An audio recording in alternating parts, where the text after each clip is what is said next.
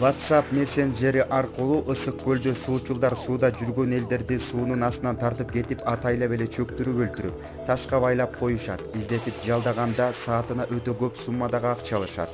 Муну ысык көлдүктөр өздөрү айтып жүрүшөт. Кыргыздар ансыз деле азбыз. 2 айдын ичинде 300 адам чөгүп өлдү деген. Анын 72си жаш балдар деген маалымат талкууланууда. Бул чындыкка дал келбейт. Кыргыз Республикасынын өзгөчө кырдаалдар министрлигинин алдындагы суучулдар кызматы суудагы издөө иштерин бекер иш алып барышат жана республикабыздын аймагында жай мезгилинде суу объектилеринде 59 адам чөксө, анын ичинен 18 жаш балдар. Ысык көл областында 9 адам чөккөн, анын ичинен 2 жаш бала.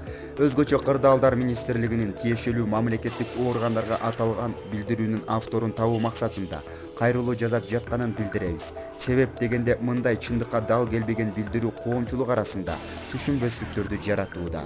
Булак Факт KG биздин каналда акыркы маалыматтар.